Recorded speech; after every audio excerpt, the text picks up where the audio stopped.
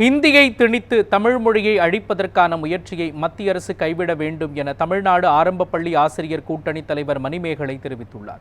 திருவாரூர் மாவட்டம் திருத்துறைப்பூண்டி தனியார் அரங்கில் தமிழ்நாடு ஆரம்ப பள்ளி ஆசிரியர் கூட்டணியின் சார்பில் பணி நிறைவு பாராட்டு விழா மாநில தலைவர் மணிமேகலை தலைமையில் நடைபெற்றது. அப்பொழுது பேசிய அவர், தேசிய கல்விக் கொள்கையை ஏற்றால் தான் தமிழ்நாட்டிற்கான கல்வி நிதியை ஒதுக்குவோம் என மத்திய அரசு கூறுவதை வன்மையாக கண்டிக்கிறோம் என்று தெரிவித்தார்.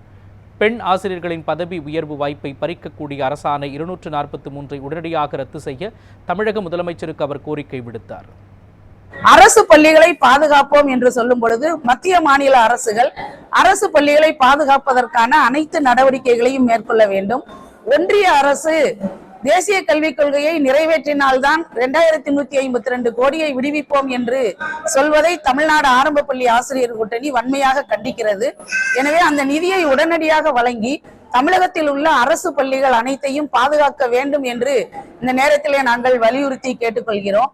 தமிழக அரசும் அரசு பள்ளிகளை பாதுகாப்பதற்காக தலைமை ஆசிரியர் பணியிடங்கள் இன்றைக்கு பல்வேறு பள்ளிகளில் நிரப்பப்படாமல் பதவி உயர்வுக்கும் டெட் தேவை என்று கூறி இன்றைக்கு நிரப்பப்படாத சூழ்நிலையில் பல்வேறு பள்ளிகளில் மாணவர்களின் நலன் பாதிக்கப்பட்டு கொண்டிருக்கின்றது.